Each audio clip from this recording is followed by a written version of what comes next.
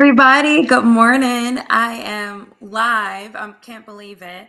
As you can see, there are many companies, many online websites dealing with an outage right now. So if this works, it works. But if not, y'all, we'll come back to it. But good morning. Happy Monday. It is a mandatory Monday, meaning y'all, we're going to show up. We're going to show up.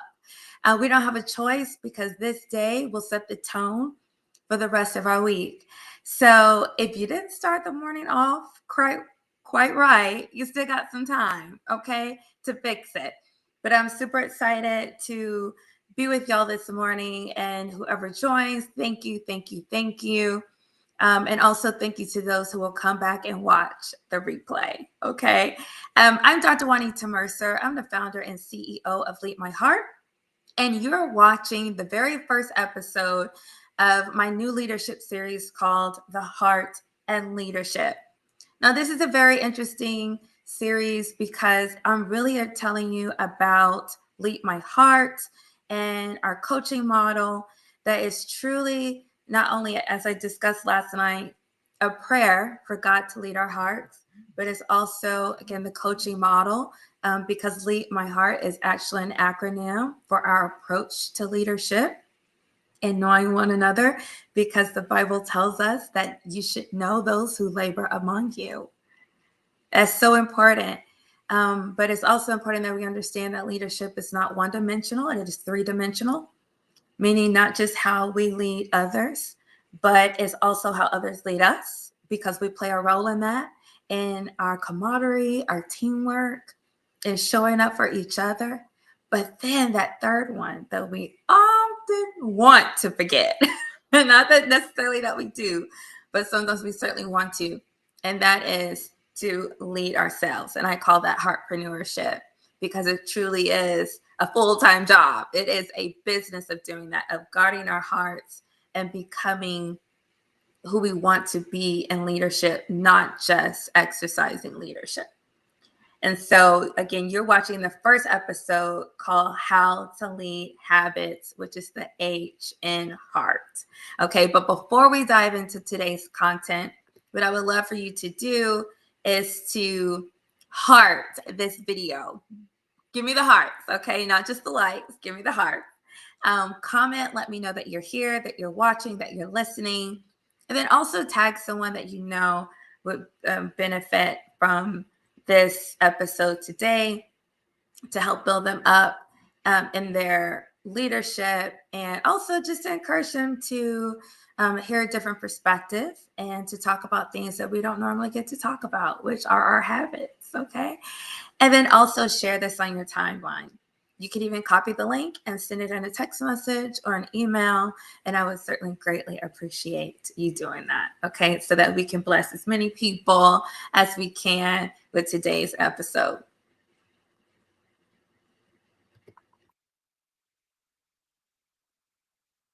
Okay, you ready? All right, so let's dive right in. So again, we're talking about habits today and how to lead habits. Habits are important. We don't often talk about habits and the connection between our heart, meaning how we lead out of our spirit, and our heart, right? And habits. But the habits are the rhythm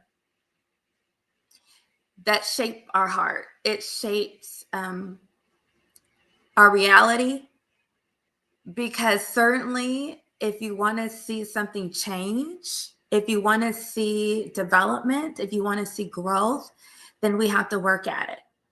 That rhythm is consistency. That rhythm is discipline.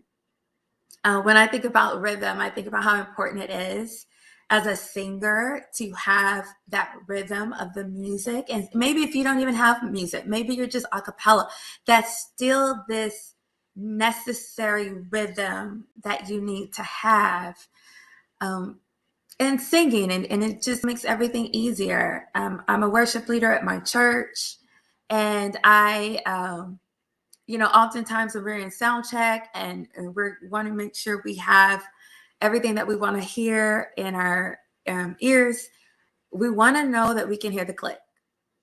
right? It's going to keep us on rhythm. It's going to make sure that we're in sync, that we're singing together. And then there's a good harmony that's coming together, and not just in voices, but with the cadence in which we sing. And so I see how that translates also to the rhythm of our life and how we show up. And then 1 Corinthians 14:40 reminds us that we should let all things be done decently and in order. That's, again, consistency, discipline, alignment, and having that rhythm is important. So we got to talk about our habits and how we lead them.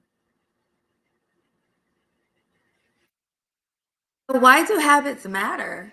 Habits matter because it's something that we are intent on doing every single day. And sometimes that intent isn't always known.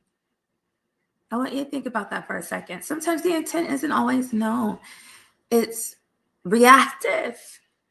And we're going to talk about that a little bit more in a second.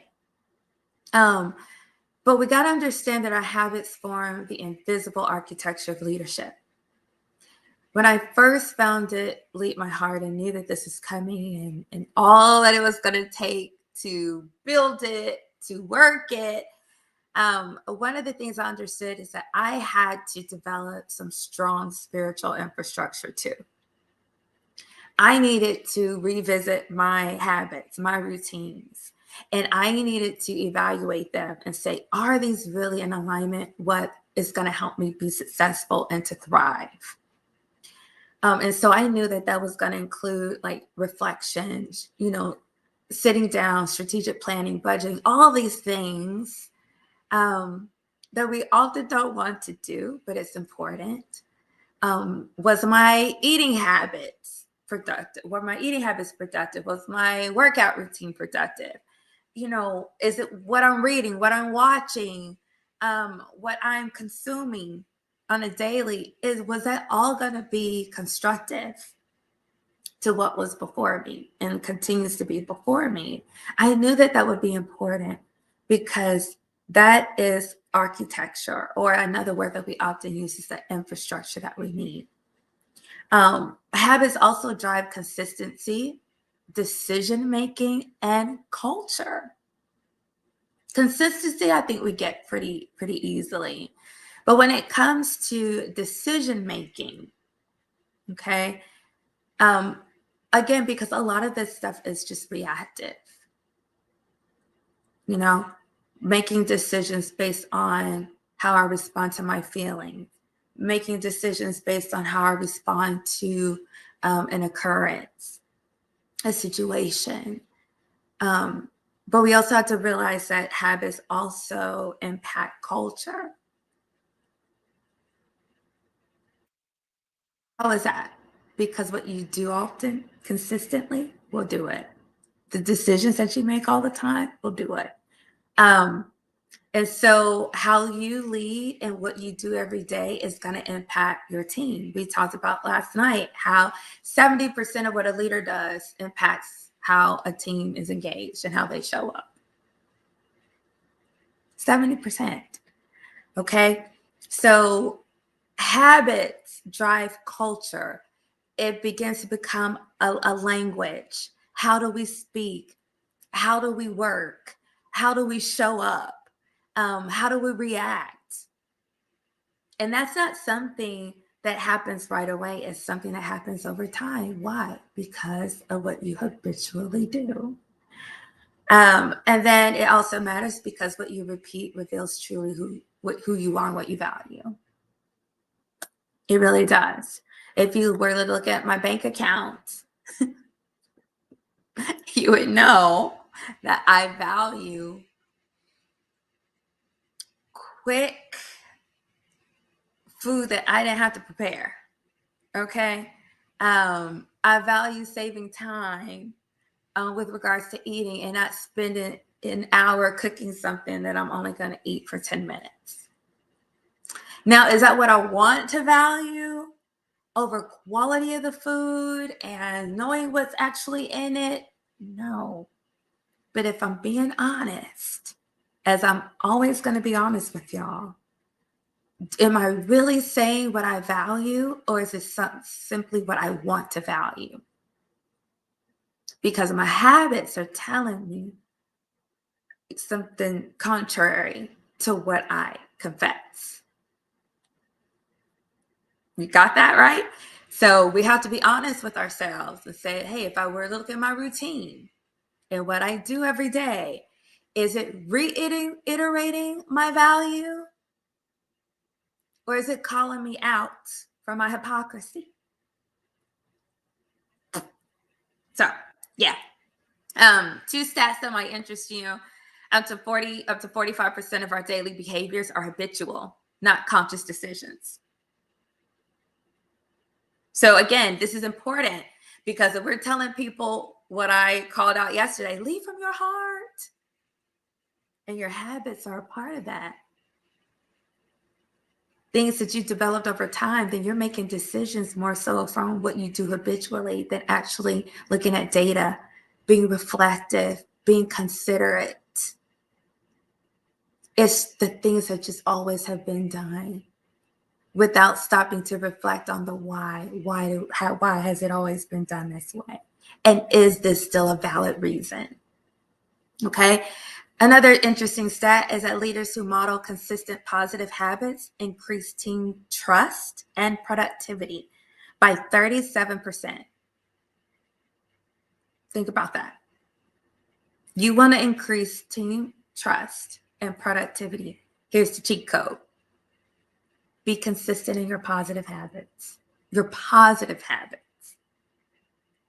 I often have to call leaders out on their surprise factor.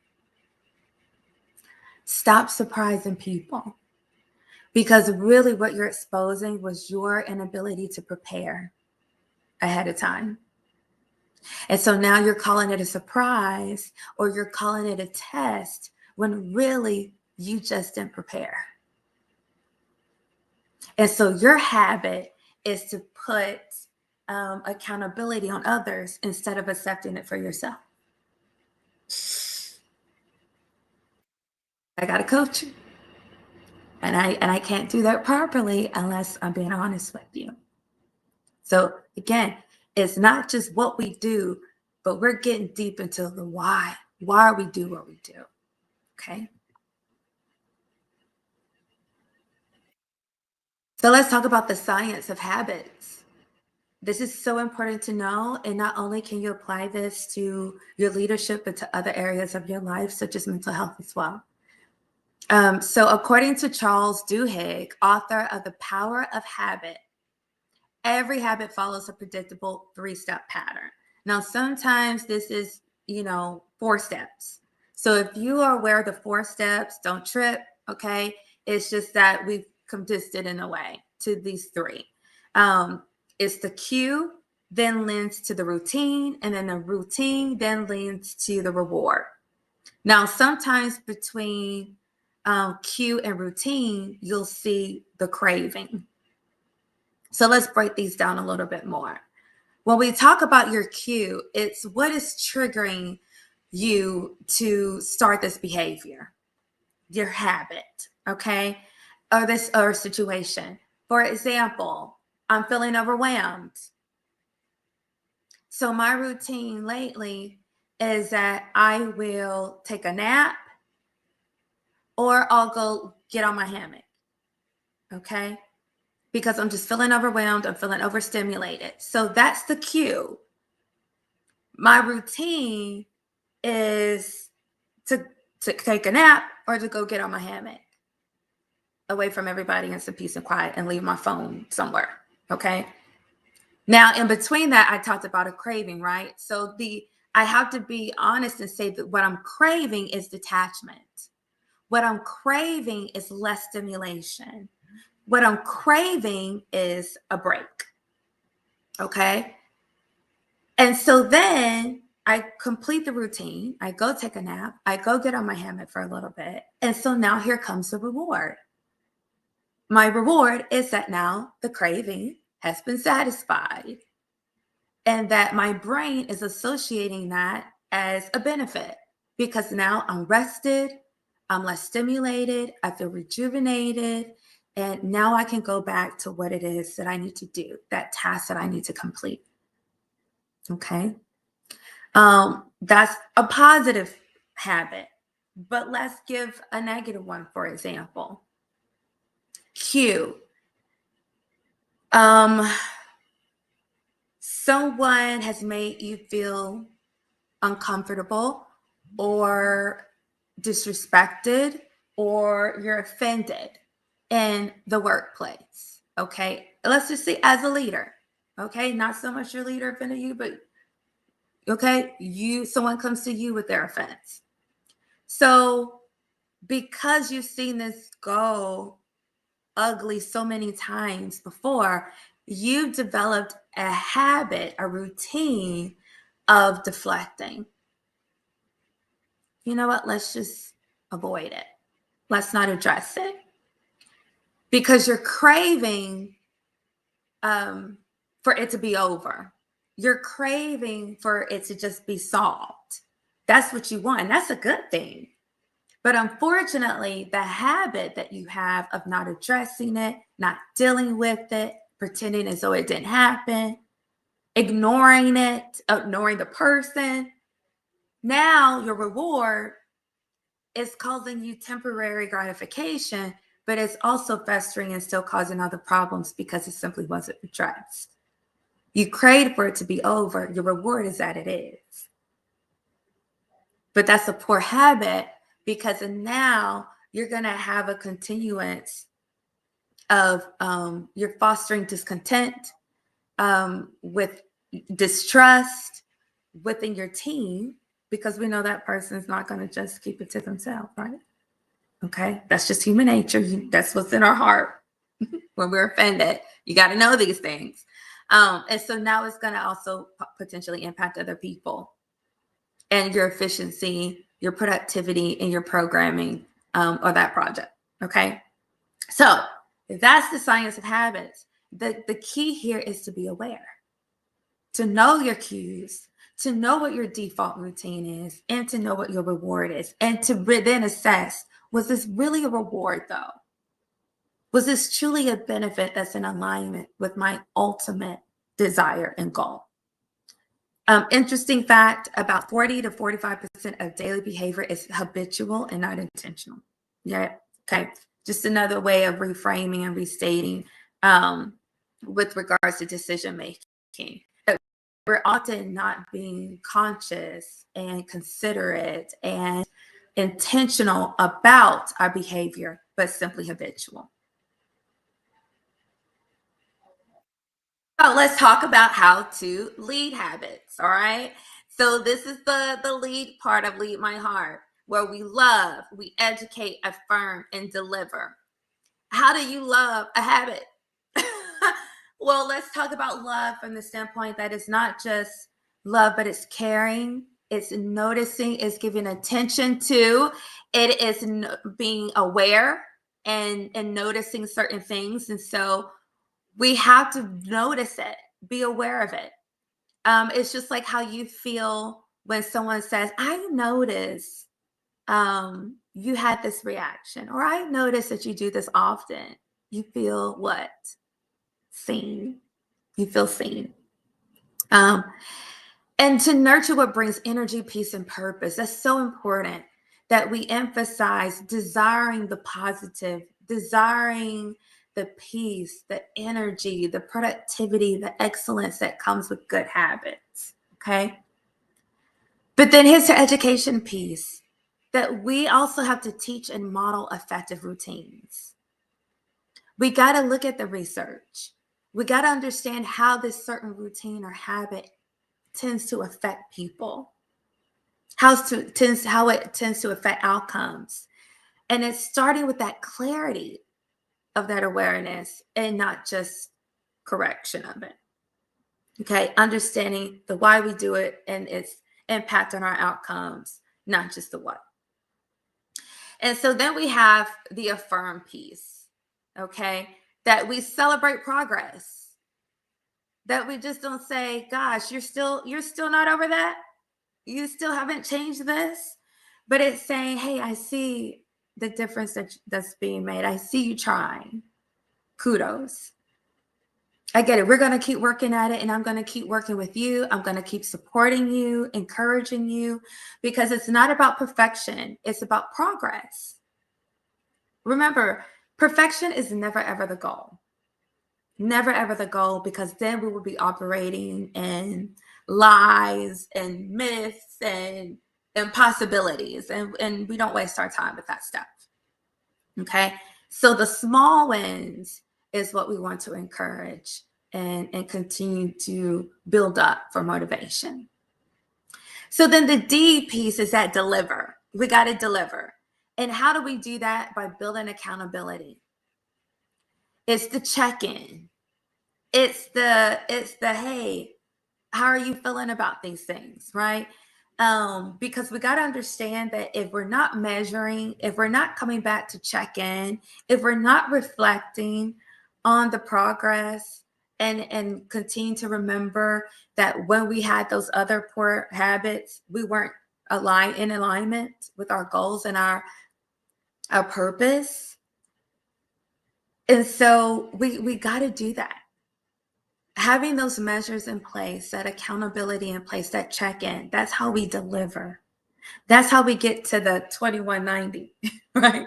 Now, this isn't law, this 2190 rule, but it is a suggestion that you got to do something every day for at least 21 days. And some will say even up to 66 days, sometimes even more, for it to become at least a meaningful routine or habit for you.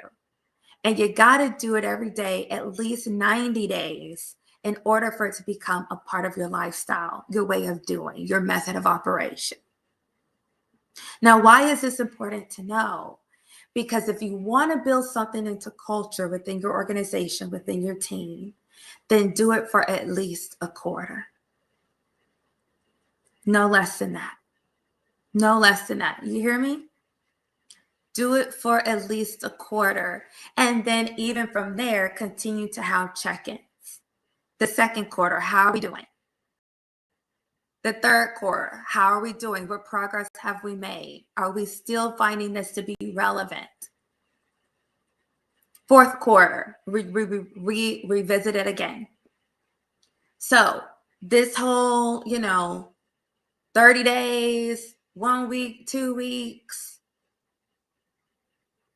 science shows that that's just not going to work. Okay. You want to do something for at least 90 days, a quarter, okay, to really see it become a part of your organizational fabric. And that's how we lead habits. Now, please also consider within the 3D context of leadership, okay, that you're looking at this not only from how I lead others and providing that support, but also how I work within a team. Okay. How I work with my leader and making sure that we're meeting metrics, that we're progressing, and practice humility in that feedback with regards to your leader, because you play a big role in helping them to be successful. Major, major role. And that's why I also coach followership, because it's important for us to understand that you have to work together in partnership for your leader to be successful and then for them to lead you successfully. We can't just have the poor negative attitude like, oh, but they didn't do this and do it. No, because own what role you played in that or continue to play. Okay. So when it's your leader that you're supporting and developing healthy habits, then we refer back to the principles that we just discussed in leading habits. Being motivational, being positive, consistent with our check-ins, providing some accountability. So you might say, well, gosh, I'm uncomfortable in, providing accountability with my leader. You shouldn't be.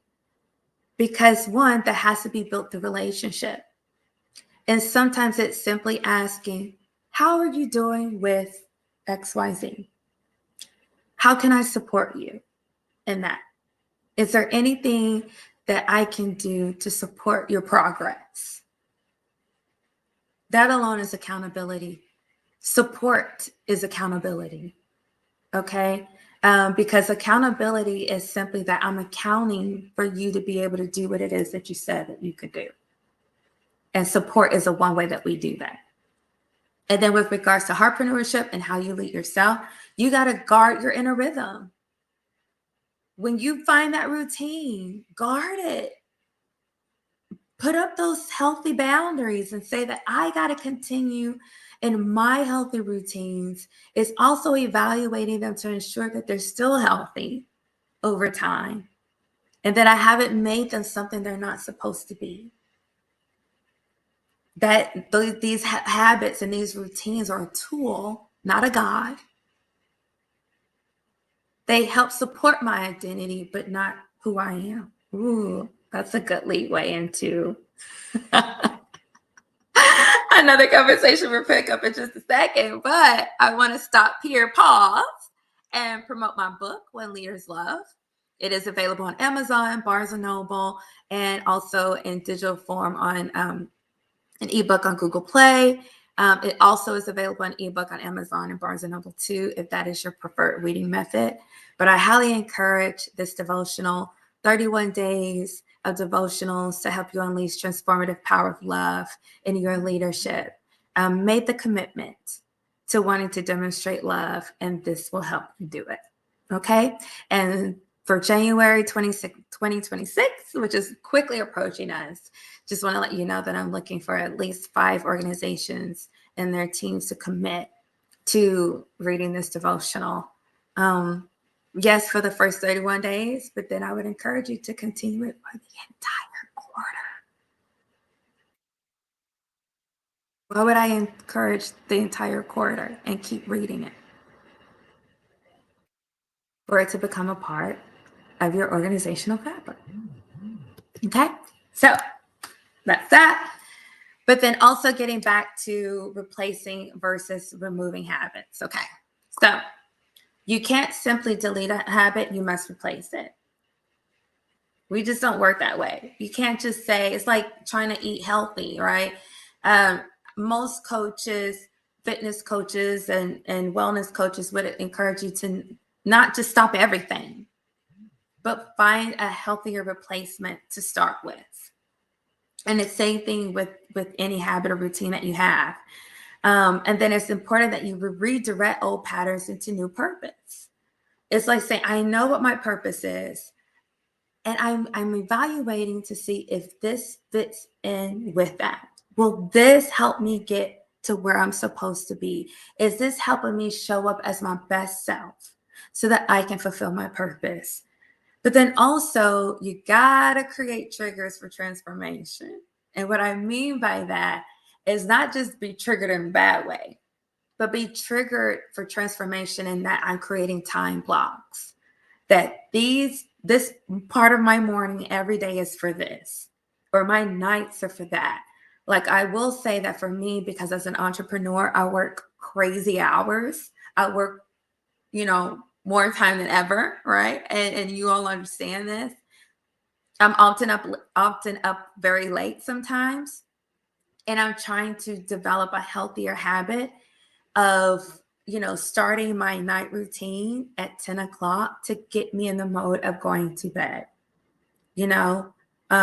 Taking that shower, getting comfortable, doing your night brush and putting my hair up. Come on, right? All the things that go with the night routine. It's reading something soothing, calming, perhaps reading a scripture or going through a reflection and really just trying to get my mind in this going to bed mode so that I sleep better, because I know that's going to help me have a more productive tomorrow.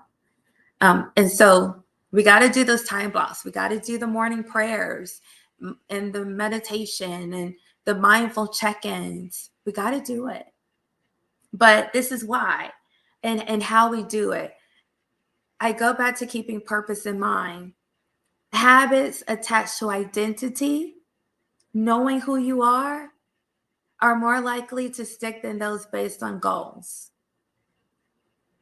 For example, I make a habit of getting up every morning and praying and having that time and intimacy with God and reading a devotional, reading a scripture, and kind of sitting with that.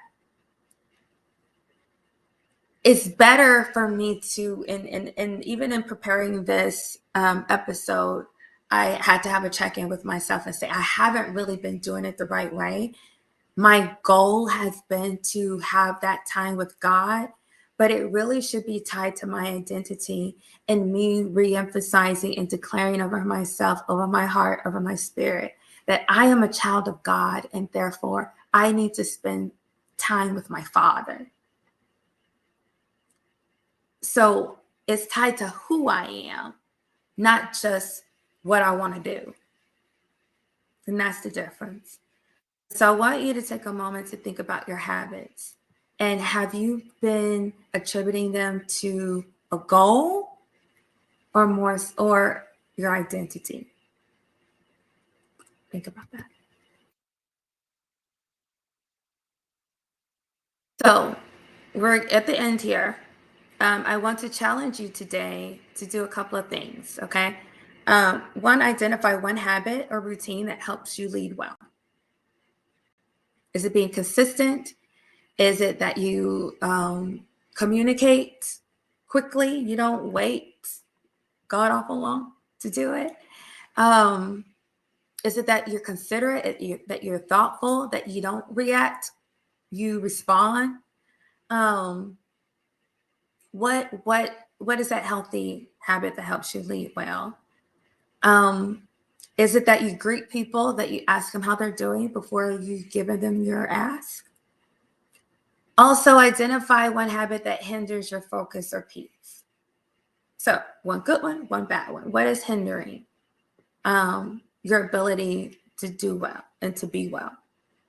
And then replace the second one with a restorative rhythm, such as prayer, journaling, walking, choosing one meal to be meat-based. Choosing one meal to be plant-based, okay, versus all meat all day, or choosing one day to be plant-based. Like, what does that look like for you? Now you might be saying, well, what does your eating have to do with leading? Ooh, a lot. But this is not that episode, okay? But I do want you to understand that you can't change what you don't confront, and you can't confront what you don't see. So awareness is important. So in this moment, I ask God, please, throughout the day, at some point or another, bring awareness to us as to our healthy habits and our unhealthy habits. The habits that reiterate who we are, who we want, who we identify as empowered leaders, as children of God, as effective leaders, versus those that do not help us with that they're only attributed to goals of one day, of 1 week, but not really fulfilling our purpose. And so, God, bring that to our attention today and give us the willingness, the desire, the strength, and the courage to change them. Amen. All right. And so the key takeaway that I want you to have today, at least I'll give you one, is to let us not become weary in doing good. For at the proper time, we will reap a harvest if we do not give up. And that's the importance of those good habits, y'all. That over time, we got to keep them going. We got to keep revisiting them, because in time we will reap the reward, the discipline, the growth that we desire to see. And so that's why we can't give up before those 90 days. We got to keep it going, okay? Because certainly the habits that you nurture today are a part of the harvest that you'll reap tomorrow, okay? And of course, I would be remiss if I didn't remind you to join me tomorrow. Hopefully at 10, we'll see. Hopefully this outage is done and over, like we're able to stream right now. So thank you for those who will come back and revisit this. But join me tomorrow. at 10 a.m. Central Time as we talk about how to lead experiences. But I certainly do pray that this episode was a blessing to you. Put in the comments what your final takeaway will be. Okay. Just a reminder of our services here at Lead My Heart: one-to-one executive coaching, corporate team coaching, group executive coaching, consulting keynotes and vocations, and upcoming Vision and Vibe events. So certainly if any of those are of interest to you and you want to learn more, reach out to us via email, text or voicemail, or go straight to the website at leadmyheart.com. And we'll be happy to get back with you as soon as possible so that we can discuss partnership. Thank you so much for watching today. Again, episode number 1, How to Lead Habits of the new leadership series, The Heart and Leadership. And remember, in everything you do and with everything you have, love God and love people. Goodbye. Enjoy the rest of your day.